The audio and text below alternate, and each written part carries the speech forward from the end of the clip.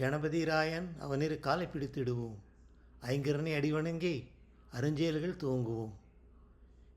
திருக்குறள் நண்பர்களுக்கு எனது மனமார்ந்த வணக்கங்கள். இந்த நிகழ்ச்சியில் ஒவ்வொரு நிகழ்ச்சியிலும் ஒரு திருக்குறளோடு சந்திக்கிறோம். அந்த திருக்குறளை பொருளறிவோம், அதன் நுணுக்கங்களை ஆராய்வோம், பயன்பெறுவோம், இன்புறுவோம். திருக்குறள் 2000 ஆண்டுகளுக்கு முன்பு எழுதப்பட்ட நூல். 133 அதிகாரங்கள், 10 திருக்குறள் ஒரு அதிகாரத்துக்கு என்ற வேணியில் 1330 திருக்குறள்கள். இதை பற்றி 3 சிறப்புகள் சொல்வார்கள். ஒன்று, இது காலம் கடந்த நூல். 2000 ஆண்டுகளுக்கு முன்னது எழுதப்பட்ட போது ஒரு வேத புத்தகமாக திகழ்ந்தது. இன்றும் அது வேதமாக இருக்கிறது. இன்னும் 2000 ஆண்டுகளுக்கு பிறகும் அது வேதமாக இருக்கும். காலம் கடந்து சொல்லும் கருத்துக்கள். 2வது சிறப்பு, அது உலக பொதுமறை. எந்த நாட்டினருக்கும் எல்லா மதத்தினருக்கும் ஆண் பெண் என்ற வித்தியாசம் இல்லாமல் இவர்கள், குழந்தைகள், முதியவர்கள் அனைவருக்குமே ஒரு வழிகாட்டியாக அமைகிறது காலம் கடந்த நூல், உலக பொதுமறை. 3வது, கடுகை துளைத்தேள் கடலை புகட்டும் திருக்குறள் என்று சொல்வார்கள். 7 சொற்களில் அவர் சொல்லிய கருத்துக்களை 7000 சொற்களில் 70,000 சொற்களில் சொல்ல முடியாமல் திணறுகிறோம். அது உண்மைகளை அறிய முடியாமல் திணறுகிறோம். அந்த நுணுக்கங்களை அறிவது 3வது சிறப்பு. இந்த 3 சிறப்புகளையுமே இடைகோள்களாக எடுத்துக்கொண்டு ஒரு திருக்குறளை ஆராயலாம், அதன் பெருமை அறியலாம். இன்று நாம் எடுத்துக்கொண்டிருக்கும் திருக்குறள் இயற்றலும் ஈட்டலும் காத்தலும் காத்த வகுத்தலும் வல்லதரசு. குறள் 385, அதிகாரம் 39, இறைமாட்சி. அதிகாரத்தின் பெயர் இறைமாட்சி. இறைமாட்சி என்றால் கடவுளை பற்றியதல்ல. சொல்லப்போனால் அரசு, அரசாங்கம், செங்கோல் என்று சொல்லலாம். இங்கிலீஷில் சொல்ல வேண்டுமானால் சாவரனிட்டி, நேஷன்ஹுட் என்று பொருள்படும்.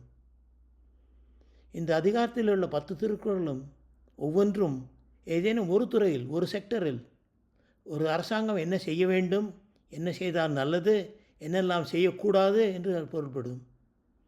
எனவே இது இறைமாட்சி என்று சொல்வார்கள். 385வது திருக்குறள் நாம் எடுத்துக்கொண்ட திருக்குறள் பொருளாதார ரீதியில் இதை நோக்குகிறது. ஃபைனான்ஸ், ஃபிஸ்கல் பாலிசி, பட்ஜெட் என்று சொல்லலாம். இயற்றலும் ஈட்டலும் காத்தலும் காத்த வகுத்தலும் வல்லதரசு. வரிப்பணத்தை எப்படி வசூலிக்கிறது என்று கொள்கைகளை செய்வது இயற்றல். வரிப்பணத்தை வசூலிப்பது ஈட்டல். அதை காத்து வைப்பது காத்தல். அதை மக்களுக்கு வெவ்வேறு திட்டங்களை மூலமாக அளிப்பது வகுத்தல். இயற்றல், ஈட்டல், காத்தல், வகுத்தல். இயற்றலும் ஈட்டலும் காத்தலும் காத்த வகுத்தலும் வல்லதரசு என்று திருக்குறள். இந்த திருக்குறள் அரசாங்கத்தை பற்றி, பட்ஜெட்டை பற்றி சொல்லியிருப்பதால் யூனியன் ஃபைனான்ஸ் மினிஸ்டரின் பட்ஜெட் ஸ்பீச்சில் இது இடம்பெற்றிருக்கிறது. 2021 பட்ஜெட்டில் திருமதி நிர்மலா சீதாராமன் அவர்கள் இந்த திருக்குறளை மேற்கோள் காட்டி தான் பட்ஜெட்டை சிலாகித்தார். இதற்கு முன் பி. சிதம்பரனாரும் ஒரு முறை இந்த திருக்குறளை பட்ஜெட் ஸ்பீச்சில் சொல்லியிருக்கிறார். அப்படி பார்க்கும்போது இது போத் சைட்ஸ் சப்போர்ட்டட், பைபார்ட்டிசான் சப்போர்ட் உள்ள திருக்குறள், சிறப்பான திருக்குறள். மீண்டும் இதன் பொருளை அறிவோம். இதற்கு நிர்மலா சீதாராமன் சொல்லி பொருட்களை எடுத்துக்கொள்வோமா? A king or ruler is one who creates, generates wealth, distributes, protects and distributes them for common good. இயற்றல், ஈட்டல், காத்தல், வகுத்தல், இந்த நாளையும் சொல்லியிருக்கிறார். இதை தான் பி. சிதம்பரம், மாண்புமிகு பி. சிதம்பரம் அவர்களும் சொன்னார் அவருடைய பட்ஜெட் ஸ்பீச்சில். இதையே எடுத்துக்கொண்டு இதை ஆராய்வோம்.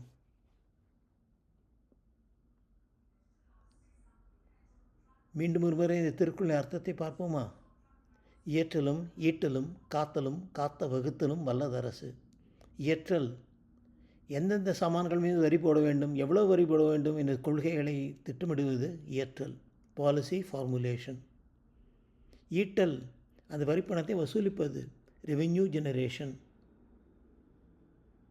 காத்தல், அந்த பணம் திருட்டு போகாமல், லஞ்சம் போகாமல், வேஸ்ட்ஃபுல் எக்ஸ்பெண்டிச்சர் வெட்டி வெட்டி செலவாகாமல் பார்த்துக்கொள்வது காத்தல். அது வகுத்தல். திட்டங்களின் மூலம் மக்களுக்கு, ஏழைகளுக்கு இந்த பணத்தை கொடுப்பது வகுத்தல்.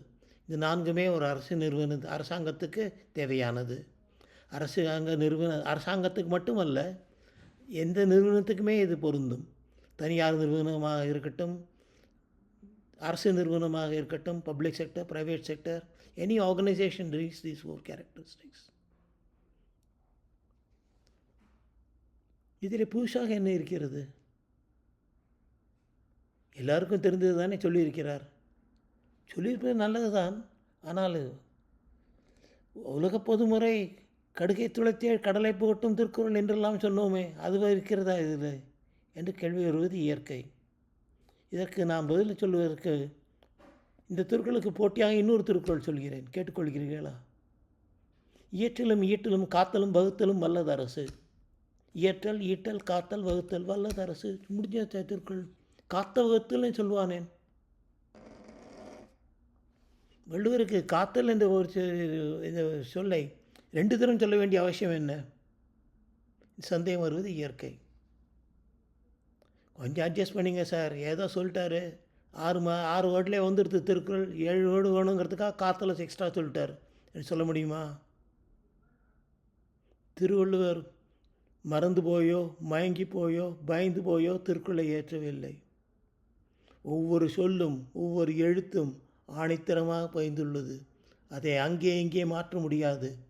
அப்படிப்பட்ட திருவள்ளுவர் காத்த வகுத்தல் என்று ஏன் சொன்னார்? இந்த சந்தேகம் வருவது இயற்கை. 2வது சந்தேகம், இயற்றல், ஈட்டல், காத்தல், வகுத்தல் 4 சொன்னோம். தனியார் நிறுவனங்களுக்கும் அரசாங்க நிறுவனங்களுக்கும் பொருந்தும், அரசுக்கு பொருந்தும், செங்கோலுக்கு பொருந்தும் என்று சொல்லியிருக்கிறோம். இதை 4ஐயும் ஆராய்ந்து பார்ப்போமா? எது இதில் நிறைய முக்கியத்துவம் என்று சொல்லுவோமா? பார்க்கலாம். MBA அல்லது ஒரு நிறுவனத்தை நிர்வகிப்பவர்கள் கேட்டால் இந்த 4இல் எது முக்கியம் என்று கேட்டால் இயற்றல் தான் முக்கியம் என்பார்கள். Policy formulation, concerns companies mission and long-term goals. Once a formulation of policy is done, rest follow. கொள்கைகளை நீங்கள் வகுத்து விட்டால் அது கொடுத்து ஊழியர்களை அதை கொள்கைகளை பரிசீலிக்க சொல்லலாம், பரிபாலனம் செய்ய சொல்லலாம். கொள்கைகளை ஏற்றுவதுதான் முக்கியம் என்று சொல்வார்கள். Chief executive has to formulate the policy. அவன் செய்யவிட்டால் யார் செய்வார்கள்? அதுதான் முக்கியம் என்று அடித்து திருந்துவார்கள். ரெவென்யூ செக்ரட்டரி இல்லை மார்க்கெட்டிங் ஆளை கேட்டால் சொல்லுவார்கள், ஏற்றல் இருக்குது சார், அது ஏர் கண்டிஷன் ரூமில் பாலிசி போட்டு போயிட்டாங்க, பணத்தை வசூலிக்கிறது தானே இம்பார்ட்டன்ட். கஸ்டமர் சும்மா பணத்தை கொடுத்துருவோனா, டேக்ஸ் பேயர் சும்மா பணத்தை கொடுத்துருவோனா, அது பணத்தை வாங்குறது தான் இம்பார்ட்டன்ட் சொல்வார்கள். ஏற்றலை விட ஈட்டல் தான் முக்கியம் என்று இவர்கள் சொல்வார்கள். ரெவென்யூ செக்ரட்டரி அல்லது சீஃப் ஆப்ரேட்டிங் ஆஃபீஸரை போய் கேட்டால் என்ன சொல்வார்கள்? வரும் பணத்தை ஒழுங்காக, லஞ்சம் போகாமல், திருடு போகாமல், வேஸ்ட்ஃபுல் எக்ஸ்பெண்டிச்சர் செய்யாமல், சரியான சமயத்தில் சரியான பணத்தை கொடுத்து அதை செவ்வனை நிர்வாகம் செய்து அந்த பணத்தினால் அடுத்த வருஷமும் மக்கள் பணம் தர முடியும் என்று நம்பிக்கையோடு இருக்க முடியும் என்று சொல்லுவார்கள். எனவே ஏற்றல், ஈட்டல், வகுத்தல் 3மே இம்பார்ட்டண்ட் தான். காத்தல் இம்பார்ட்டண்ட் யார் சொல்வார்கள்? காத்தல் என்றால் என்ன? அந்த பணம் வரிப்பணம் திருடு போகாமல், லஞ்சம் போகாமல், வெட்டி எக்ஸ்பெண்டிச்சர் செய்யாமல் அதை காக்க வேண்டும். இந்த மாடர்ன் யுகத்தில் சொல்லப்போனால் software credibility, cyber security, well laid down procedure and procedural authority, sanctioning powers என்று சொல்லலாம். இது இம்பார்ட்டண்ட் இல்லை, தேவையில்லை என்று ஒருவரும் சொல்ல மாட்டார்கள். ஆனால் இதுதான் முக்கியம் என்று சொல்வதர்கள் இது. ஒரு வேடிக்கையான நிகழ்ச்சி ஞாபகம் வருகிறது. எவ்வளோ தூரம் நிஜமோ நான் அறியேன், எல்லாரும் கேட்டிருப்பார்கள், சொல்கிறேன். ஒரு மந்திரி இருந்தாராம், ரொம்ப நாணயமானவர். கால் பைசா அங்கிருந்து நடந்து மாட்டார், முறைகேடு செய்ய மாட்டார் என்று அவர் பரம விரோதிகளுக்கு கூட சொல்லக்கூடிய மனிதர். ரொம்ப நாணயமானவர். வெளிநாட்டிலிருந்து விமானம் வாங்கியதில் லஞ்ச ஊழல் நடக்கலாம் என்று பயந்தாராம். விமானமே வாங்காமல் இருந்து விட்டார். இந்த மாதிரி காத்தல் செய்வது தேவையற்றது. இது முக்கியம் என்று ஒருவருமே சொல்ல மாட்டார்கள். வள்ளுவர் எந்த முறையில் காத்தலை சொல்கிறார் என்று பார்ப்போமா? 2 சந்தேகங்கள் நமக்கு இருக்கிறது. ஒன்று, காத்தலை ஏன் 2 தடவை சொன்னார் என்று. 2வது, இயற்றலை ஒரு தரம் சொன்னார், ஈட்டலை ஒரு தரம் சொன்னார், வகுத்தலை ஒரு தரம் சொன்னார், காத்தலை 2 தரம் சொல்லியிருக்கிறார். காத்தல் தான் முக்கியம் என்று வள்ளுவர் அறுதிட்டு கூறியிருக்கிறார் இந்த திருக்குறளில். அப்படி என்ன இருக்கிறது? சந்தேகங்கள் 2. இதை ஆராய்வோம். திருக்குறளை படித்தால் சந்தேகம் வருவது இயற்கை. சொல்லப்போனால் ஒரு திருக்குறளை ஒரே ஒரு முறை படித்துவிட்டு ஒரு அகராதியும் ஒரு உரையாசிரியரின் உரையும் எடுத்து வைத்து இது சந்தேகமே இல்லை, எல்லாம் தீர்ந்து சரியாகிவிட்டது என்று சொன்னால் நீங்கள் திருக்குறளை படிக்கவில்லை என்று தான் அர்த்தம். ஒவ்வொரு திருக்குறளையும் 10 முறை 100 முறை படிக்க வேண்டும். அதை திருப்பி திருப்பி பார்க்க வேண்டும். 7 சொற்களையும் அடக்கி பார்க்க வேண்டும். அப்போது தான் திருக்குறளின் பொருளை கொஞ்சமாவது புரிந்து கொள்ளலாம். இந்த திருக்குறளும் அப்படி தான். இந்த திருக்குறளில் 2 சந்தேகங்கள் நமக்கு வந்தது திருப்பி அந்த குறளை படித்ததனால். இந்த சந்தேகத்தை எப்படி நிவர்த்தி செய்து கொள்வது? வேறெங்கும் செல்ல வேண்டாம், திருக்குறளிலே வழி கிடைக்கும். இது திருக்குறளே மற்ற திருக்குறளை படிக்க வேண்டும்.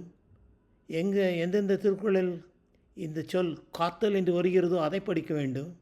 எந்த திருக்குறளில் காத்தல் 2 முறை 3 முறை 4 முறை வருகிறதோ அதை படிக்க வேண்டும். எந்த அதிகாரங்கள் இதனோடு சேர்ந்திருக்கிறதோ அதை படிக்க வேண்டும். இதை படித்தால் ஏதாவது ஒரு திருக்குறளில் அல்லது 1-2 திருக்குறளில் உங்களுக்கு சந்தேகம் பதில் கிடைத்துவிடும். திருவள்ளுவர் சந்தேகத்தை விட்டு வைப்பதில்லை. அவருடைய சந்தேகங்களை அவரே நிவர்த்தி செய்கிறார். இந்த திருக்குறளுக்கும் சந்தேகங்கள் 2 சந்தேகங்களையும் ஆராய்வோம். இதை மற்ற திருக்குறளிலிருந்து புரிந்து கொள்வோம். நம்ம சந்தேகங்களை பூர்த்தி செய்து கொள்ள வெவ்வேறு திருக்குறளை படித்தேன். உதாரணத்திற்கு, யா காவார் ஆயினும் நாகாக்க காவாக்கால் சோகாப்பர் சொல்லிழுக்கப்பட்டு என்ற திருக்குறளில் காக்க என்ற சொல் 4 தடவை வருகிறது.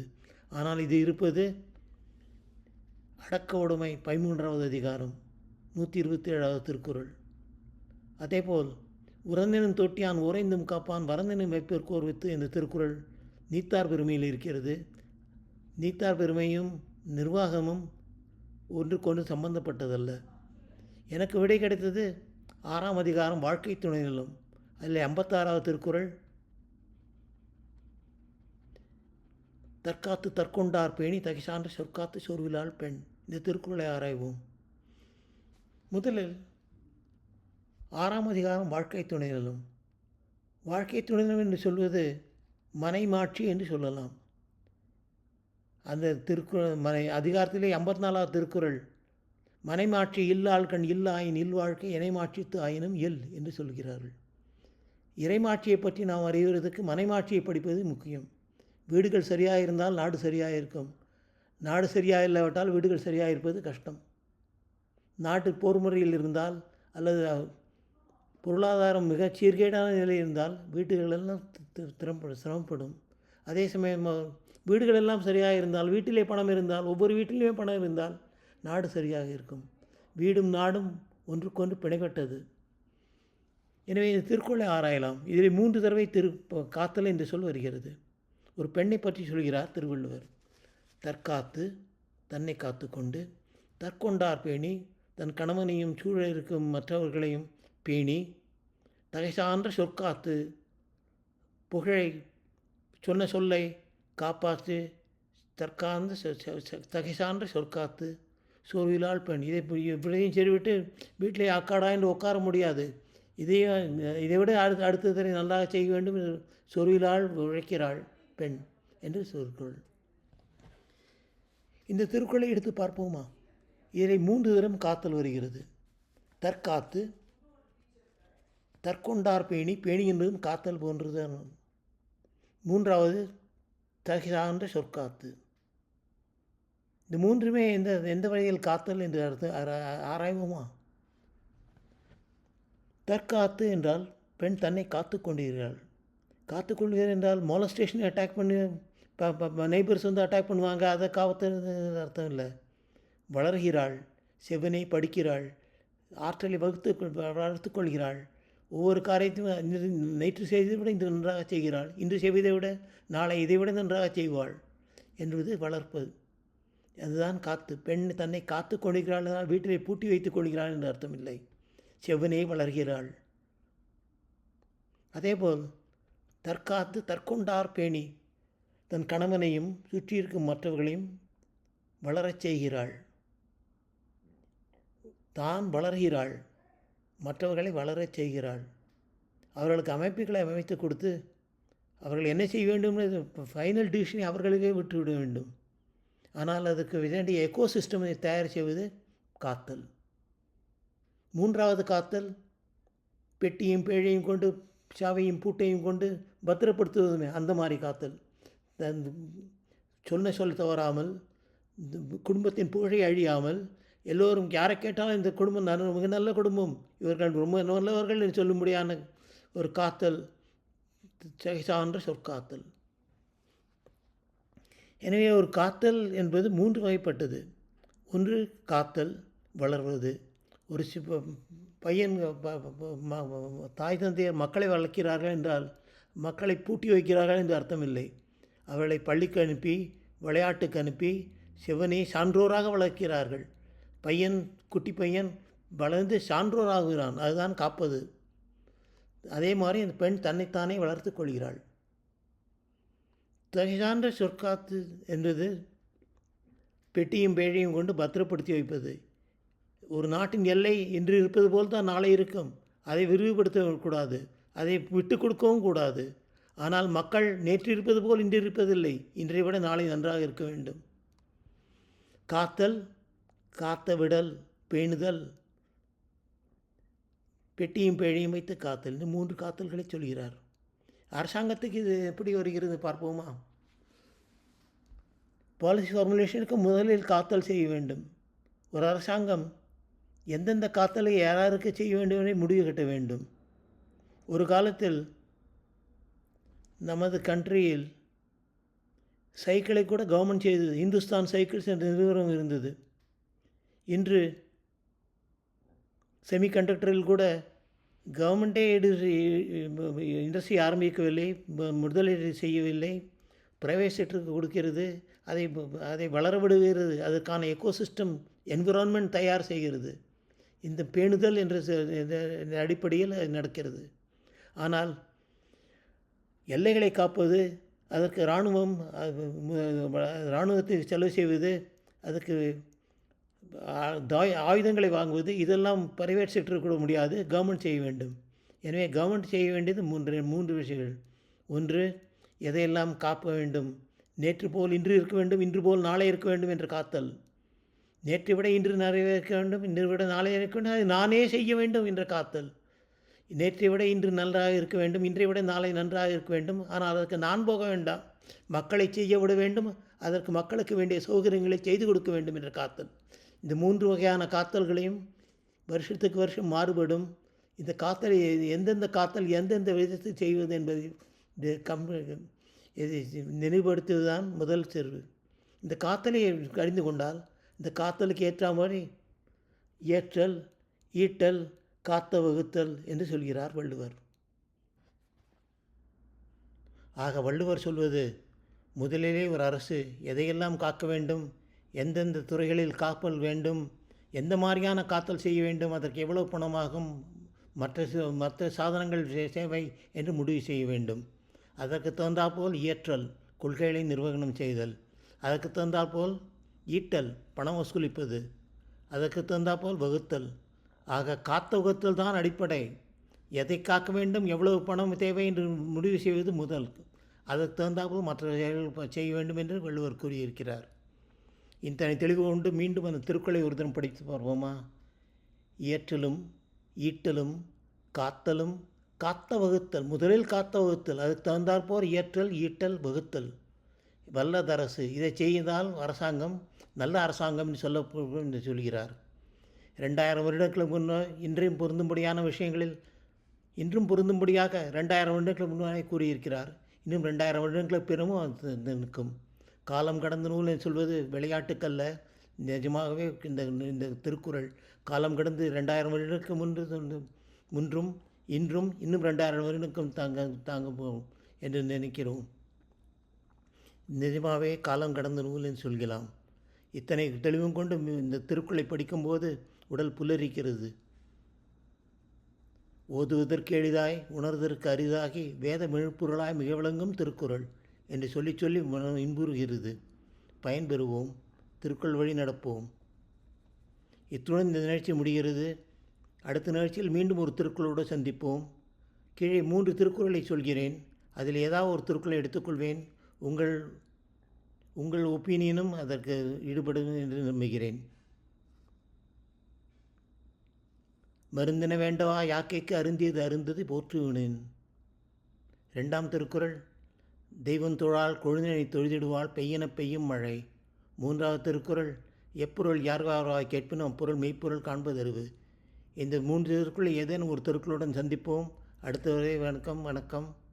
அடுத்த தடவை சந்திக்கும் வரை என் வணக்கங்களை ஏற்றுக்கொள்ளுங்கள். வணக்கம்.